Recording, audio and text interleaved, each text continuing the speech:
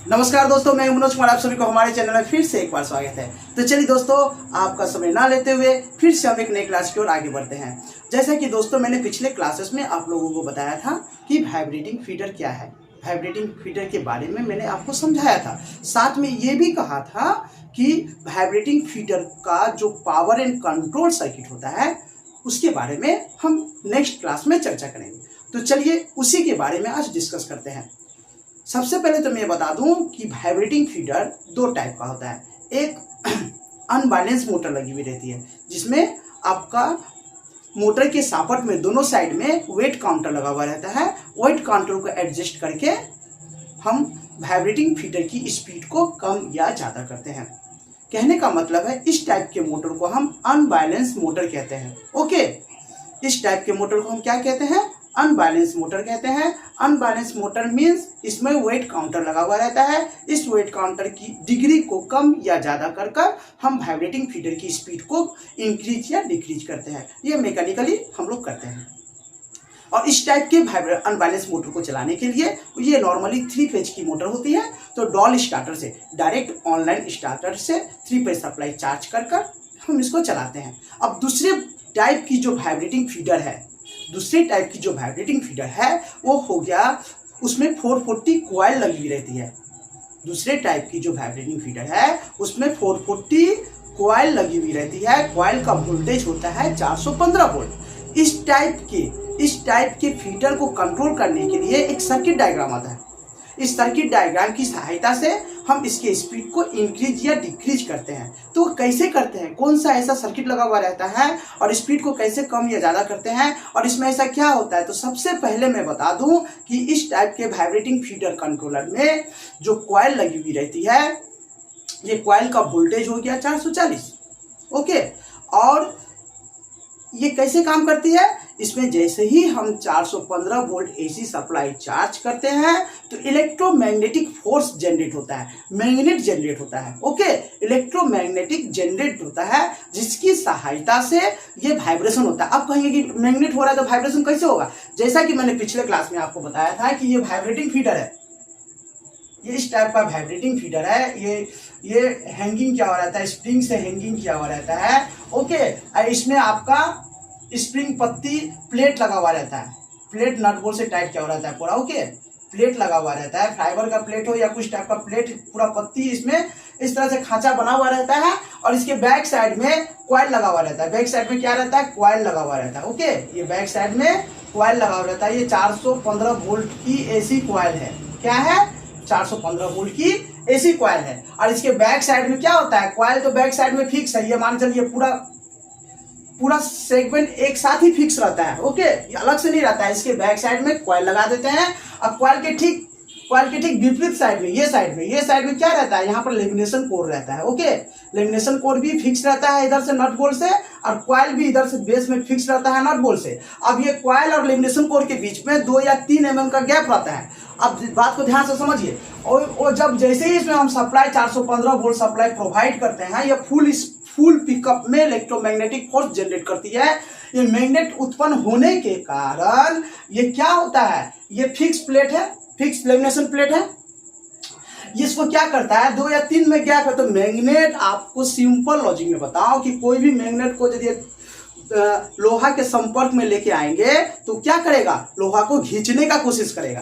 तो ये फिक्स है, इसको खींचने का कोशिश करता है, टानने का कोशिश करता है। ठीक है, लेकिन क्या है, फिक्स है बोल के टान नहीं पाता है, वाइब्रेशन होना स्टार्ट हो जाता है। इसी फंडा, इसी लॉजिक से ये काम करता है। बात समझे? अब कहेंगे कि स्पीड कैसे? मान लीजिए 415 वोल्ट सप्लाई हम डायरेक्ट दे दे तो ये पूरा fully magnetic force magnetic generate करेगा। अब फुल्ली मैग्नेटिक जनरेट करेगा तो फुल स्पीड में चलेगा। फुल स्पीड में हमको तो चलाना नहीं है, हमको कभी भी कम या कभी ज़्यादा है, कभी जिस अपना मटेरियल के हिसाब से हमको चलाना है। तो इसको कंट्रोल करने के लिए पावर सर्किट को बनाते हैं। वाइब्रेटिंग फीडर कंट्रोलर को बनाने के लिए पावर सर्किट बनाते हैं। कैसे बनाते हैं? ओके, आपने इंडस्ट्रियल में काम किया होगा तो आप वाइब्रेटिंग फीडर कंट्रोलर में काम किए होंगे तो आपको अच्छा से पता होगा कि ये नॉर्मली जो बनता है बाय SCR। SCR क्या है?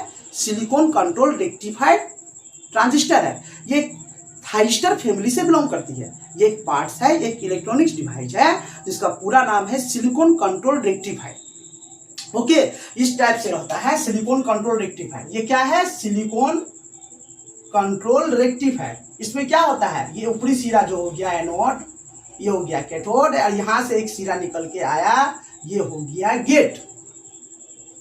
अब कहेंगे कि इसका क्या लॉजिक है, SCR कैसे, SCR क्या करता है, यहाँ पर वोल्टेज को कम या ज्यादा करता है, कुछ नहीं करता है।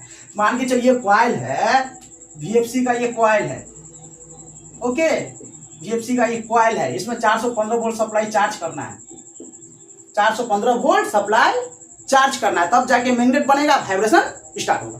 अब क्या होता है, ये मान के चलिए 415 वोल्ट, ये 1 फेज सप्लाई डायरेक्ट दे दिए, 1 फेज सप्लाई 220 वोल्ट डायरेक्ट दे दिए, और बचा 220 वोल्ट दूसरे लूप में। ये क्या करते हैं, बाय SCR देते हैं। क्या देते हैं?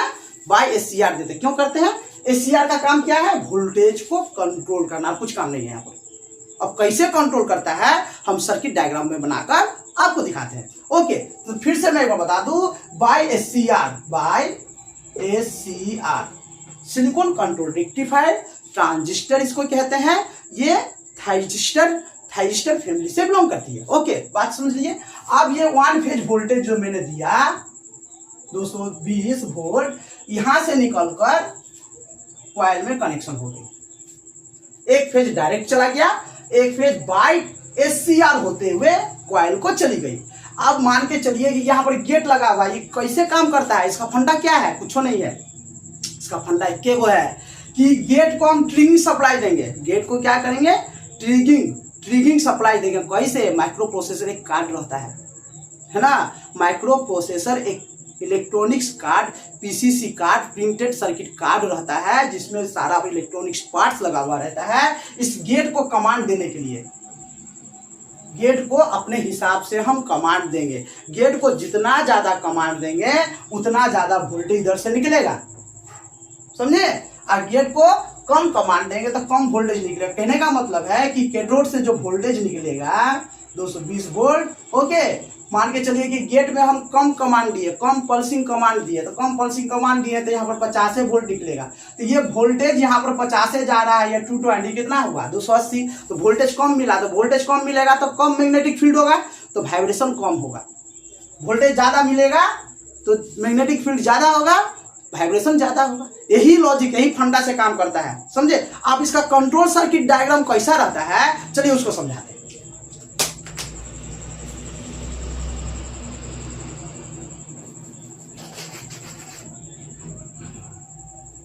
कंट्रोल सर्किट डायग्राम कैसे रहता है, चलिए उसको अच्छा से हम समझते हैं। आपने फंडा समझ लिया, लॉजिक समझ लिया, किस सर्किट से कंट्रोल होता है इसको समझ लिया। अब ये सर्किट में कैसे कनेक्शन रहता है, सपोज मान के चलिए कि ये कॉइल है, ये मेरा वाइब्रेटिंग फीडर का 415 वोल्ट का कॉइल है, ओके, ये कॉइल है, ठीक ना, ये कॉइल है 415 वोल्ट AC कॉइल है, ओके, VFC का, ठीक ना। अब हम क्या लेंगे, सबसे पहले क्या लेंगे, एक SCR लेंगे। SCR लेने से पहले क्या करेंगे, एक पावर सप्लाई के लिए एक MCB लेंगे। यहाँ पर 2 फेज हमको लेना है, एक फेज यहाँ से लेना है, एक फेज यहाँ से लेना है, बाय MCB है ना, बाय MCB लेना है।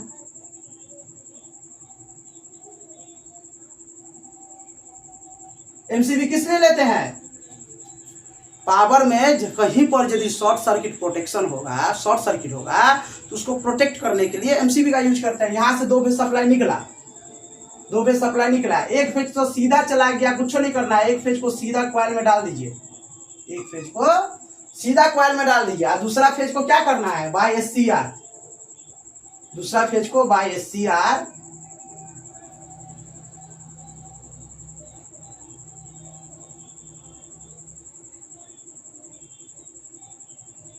ये क्या हो गया, एनोड, कैथोड, ये हो गया गेट। बाय SCR कुछ नहीं करना, बाय SCR से जो कैथोड से जो तार निकलेगा ना वो सीधा चला जाएगा कॉइल में।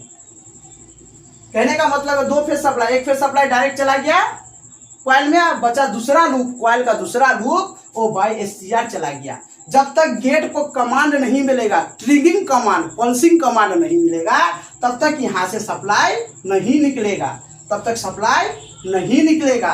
अब कहेंगे ट्रिगिंग सप्लाई कैसे देते हैं। एक माइक्रो प्रोसेसर कार्ड यूज करते हैं, एक micro processor card, electronics card use करते हैं। यहां पर एक ऑक्सिलरी ट्रांसफार्मर लगाते हैं। ओके, यहां पर एक ऑक्सिलरी ट्रांसफार्मर लगाते हैं 440 बाई 16 वोल्ट का, 415 बाई 16 वोल्ट का 415 वोल्ट सप्लाई यहां पर डाल दिए।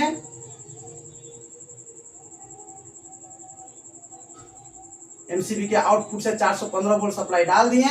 यहां से जो सप्लाई निकला 16 वोल्ट, ये कार्ड को चला गया। कार्ड हमेशा 12 वोल्ट नहीं तो 16 वोल्ट नहीं तो 24 वोल्ट में ही काम करेगी ना, क्योंकि इलेक्ट्रॉनिक्स कार्ड है। ठीक है, ये 16 वोल्ट सप्लाई चला गया। यहां पर क्या क्या रहता है सो देख लीजिए। यहां पर 2 पोर्ट रहता है, यहां पर 2 सर्किट में डिवाइड रहता है। तो ट्रिगिंग कमांड के लिए 2 सर्किट रहता है, एक क्रॉस रहता है, एक फाइन रहता है। क्या रहता है? एक क्रॉस रहता है, एक फाइन रहता है। आप कहेंगे कि क्रॉस का काम क्या है, फाइन का काम क्या है?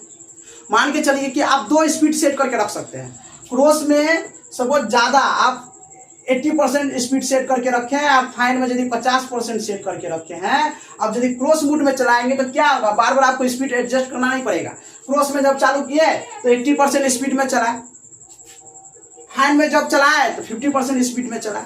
ओके, तो आप अपना सिस्टम से इस माइक्रो प्रोसेसर में 2 सर्किट होता है। आप काम कैसे करता है बताइए।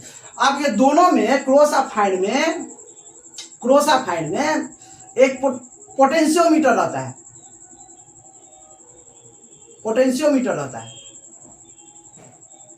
क्या रहता है? पोटेंशियोमीटर रहता है। कितना का? 1 किलो ओम्स का,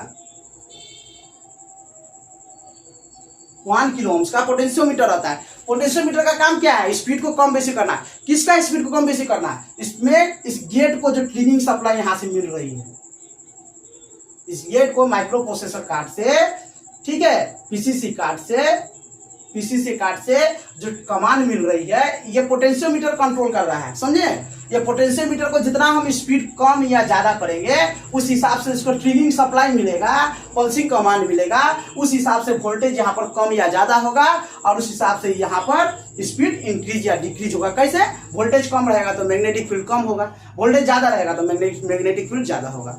समझ गया ना? तो इसी फंडा से, इसी लॉजिक से एक एससीआर लगाए, एक माइक्रो प्रोसेसर कार्ड लगाए, एक ऑक्सिलरी ट्रांसफार्मर लगाए 16 वोल्ट के लिए, एक पावर कंट्रोल लगाए, यहां से लाकर एक तो डायरेक्ट फेज दे दिए और एक फेज को बाय एससीआर होते